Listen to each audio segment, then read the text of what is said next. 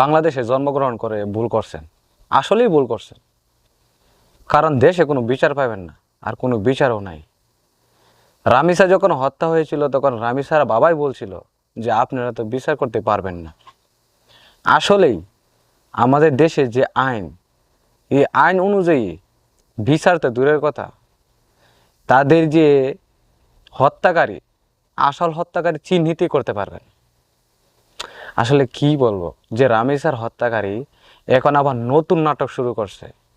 এখন নাকি আবার বলতেছে যে সে হত্যা করে নাই, যে সোহেলের যে আইনজীবী আছে সে বলতেছে যে তারা সম্পূর্ণ নির্দোষ। এই বিষয়ে আসলে এখন পর্যন্ত আমাদেরকে ডলার কিছু বলে নাই।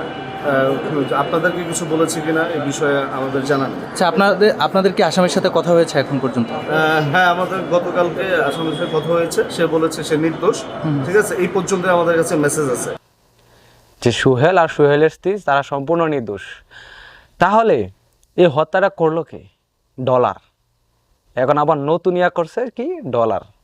আচ্ছা, ডলারটাকে তো এই জন্যই বলতেছি, দেখেন রামিসার বাবা ঠিকই বলেছিল যে আপনারা বিচার করতে পারবেন না।